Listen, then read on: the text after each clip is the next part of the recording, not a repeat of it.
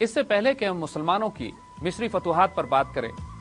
یہ تھوڑا سا ضروری ہے کہ مصر کے پس منظر پہ بھی نگاہ ڈال لی جائے۔ جس زمانے میں مسلمانوں نے مصر کی فتوحات شروع کی، اس زمانے میں مصر، جیسے کہ عرض کیا، ہرقل کا مشرقی صوبہ تھا اور اس کا ایک وائسرائے مقوقس، جس کو سائرس انگلش میں کہتے ہیں، وہ یہاں پر حکمران تھا۔ مگر جو مقامی آبادی تھی وہ زیادہ تر کوپٹک عیسائی تھے۔ بازنطینی حکمران بھی عیسائی تھے، لیکن ان کا فرقہ اور کوپٹک عیسائیوں کا فرقہ مختلف تھا،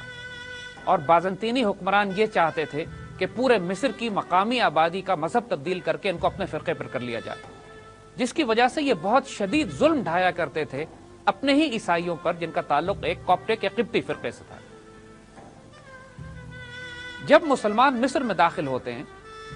اس وقت حال یہ تھا کہ تمام قبطی اپنے حکمرانوں سے تنگ آئے ہوئے تھے۔ قبطیوں کے ساتھ یہودیوں کی بھی بڑی تعداد مصر میں بسا کرتی تھی،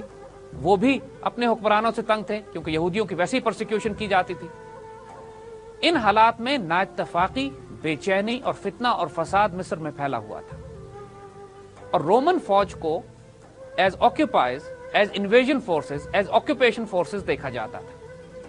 بڑے بڑے قبطی پادری چھپتے پھرتے تھے اپنی جان بچانے کے لیے، اور جو وائسرائے تھا مقوقس، گو کہ خود وہ بھی قبطی تھا، لیکن اس کی تربیت چونکہ ہرقل نے خود قسطنطنیہ میں کی تھی اور اپنا نمائندہ بنا کر یہاں بھیجا ہوا تھا، تو وہ بھی مجبور تھا اور بادشاہ کے حکم پر اپنی ہی قوم پر ظلم کرنے پہ مجبور تھا۔ مسلمان جب مصر میں داخل ہوئے تو وہی راستہ انہوں نے اختیار کیا جو ہزاروں سال سے انبیاء شام سے مصر میں داخل ہونے کے لیے استعمال کرتے رہے۔ اگر آپ نقشہ اٹھا کے دیکھیے تو شام سے مصر آنے کا ایک تنگ خشکی کا راستہ ہے،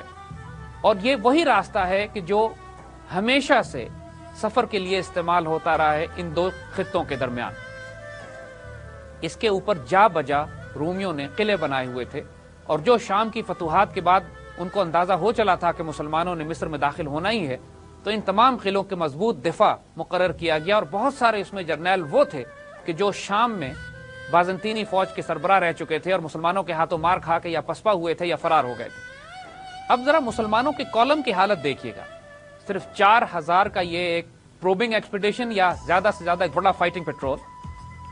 جو مصر میں داخل ہو رہا ہے، جہاں مضبوط قلعے ہیں، بازنطینی فوج موجود ہے، اور مسلمانوں کے پاس کوئی ایسے بھاری ہتھیار نہیں ہیں کہ جو قلعوں کو توڑنے میں استعمال کیے جا سکیں۔ قلعوں کے اوپر منجنیقیں لگی ہوئی ہیں، جدید حربی آلات جنگی جن میں آگ اور پتھر برسانے کے آلات ہیں، اور پھر فوجیں ہیں جو قلعوں کے اندر بیٹھی ہوئی ہیں۔ مسلمانوں نے قلعوں کا محاصرہ تو کیا، پہلے فرما کا قلعہ آیا، اس کے بعد بلیس کا قلعہ آیا، اور آخر میں بیبلون کا بڑا قلعہ جہاں پر خود مقوقس بھی موجود تھا۔ طویل عرصے تک مسلمان ان قلعوں کا محاصرہ جاری رکھتے، انوائٹ کرتے رومنس کو کہ میدان جنگ میں آئیں، باہر آئیں، اور باہر آ کے ان سے جنگ ہوتی، اور غیر معمولی طور پر مسلمان ان قلعوں کو فتح کرتے ہوئے آگے بڑھنا شروع ہو گئے۔ لیکن بیبلون کے قلعے کے باہر، جو اس مصر کے داخلی راستے کا سب سے بڑا قلعہ تھا، مسلمانوں کو اندازہ ہوا کہ اب ممکن نہیں ہے کہ 4000 کی نفری کے ساتھ مزید آگے بڑھا جا سکے۔ حضرت عمر بن عاص نے کمک کی امداد کی مدینے سے،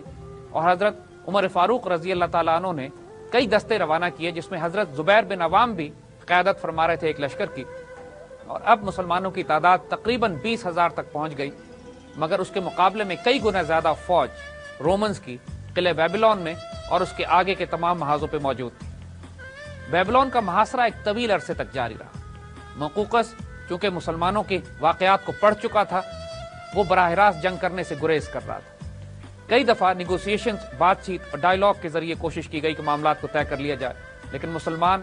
اسی بات پہ راضی تھے کہ یا تلوار فیصلہ کرے، یا جزیہ دیا جائے، یا پھر مسلمان ہو جائیں۔ مصر میں داخلے پر بیبلون کا قلعہ سب سے طاقتور اور مضبوط تھا، اور اگر یہ فتح ہو جاتا تو مسلمانوں کے لیے پھر پورے مصر پر قبضہ کرنا بہت آسان تھا۔ اس سے پہلے فرما اور بلیس کے قلعوں کو فتح کرنے کے بعد جب مسلمانوں نے بیبلون کا محاصرہ کیا اور مدینے سے کمک بھی پہنچ گئی، اب مسلمان اس قابل تھے کہ اس محاصرے کو طول دے سکتے۔ بیبلون کا محاصرہ تقریباً 7 ماہ جاری رہا۔ مقوقس جو کہ وائسرائے تھا ایمپرر کا، وہ بذات خود یہاں موجود تھا، لیکن جنگ نہیں کرنا چاہتا تھا،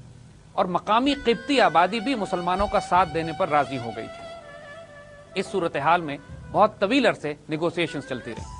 ایک مرتبہ ایک ڈیلیگیشن مقوقس نے مسلمانوں کے کیمپ میں بھیجا، جس کو حضرت عمر بن عاص نے 2 دن تک اپنے کیمپ ہی میں روک لیا۔ جب یہ واپس گیا ہے تو اس نے وہی جواب دیا ہے کہ جو جنگ اجنادین سے پہلے حضرت خالد بن ولید رضی اللہ تعالیٰ عنہ کے لشکر سے واپس جانے والے جاسوس نے دیا تھا۔ اس نے مقوقس کو بتایا کہ یہ ایسی قوم آئی ہے کہ جو عدل اور انصاف کرتی ہے، اپنے اللہ کے حضور جھکتی ہے، دن کے شہ سوار ہیں اور رات کو ان کے حالات اس طرح کے ہوتے ہیں کہ جیسے یہ کوئی راہب ہوں اور دنیا سے انہیں کوئی سروکار اور واسطہ نہ ہو۔ ان میں اتنی مساوات ہے کہ ان کے بڑے اور چھوٹے ایک ساتھ زندگی گزارتے ہیں، کوئی ظلم اور ستم نہیں ہوتا۔ اور جو نقشہ کھینچا وہ اتنا غیر معمولی تھا کہ مقوقس روب میں آ گیا۔ اس کو یہ یقین ہو چلا تھا کہ اب کسی صورت میں بھی بیبلون کو بچایا نہیں جا سکتا۔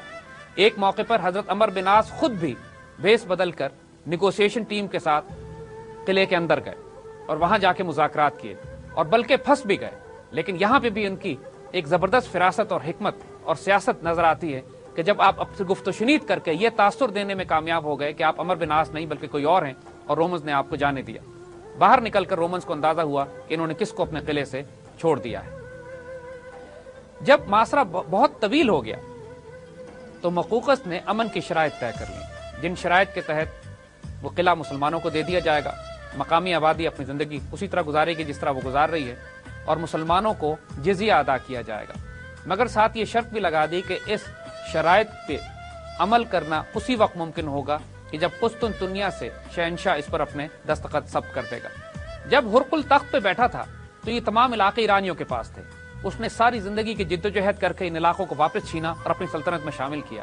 اب جب وہ مر رہا تھا تو اس کے آنکھوں کے سامنے یہ سارے علاقے دوبارہ اس کے ہاتھ سے نکل کر مسلمانوں کے پاس ایسے جا رہے تھے کہ اس کو معلوم تھا کہ اب یہ دوبارہ کبھی بھی بازنطینی سلطنت کا حصہ نہیں بن سکیں گے، اور پھر تاریخ نے دیکھا کہ ایسے ہی ہوا۔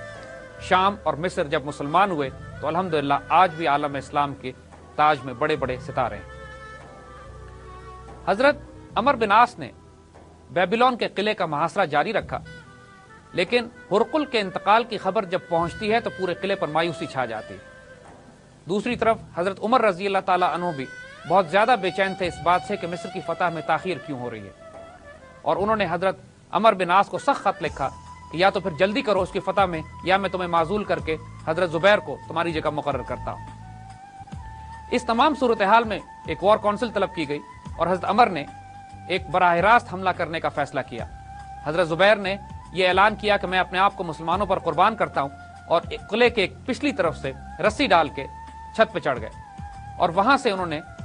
کوشش کی مجاہدین کے ساتھ داخل ہو کر کے قلعے کا اندرونی دروازہ کھول دیا جائے۔ دروازہ کھلنے کی دیر تھی کہ تمام مسلمان فوج قلعے میں داخل ہو گئی اور قلعہ مسلمانوں نے فتح کر لیا۔ مقوقس اس سے پہلے ہی فرار ہو کے دریائے نیل کے راستے فرار ہو چکا تھا۔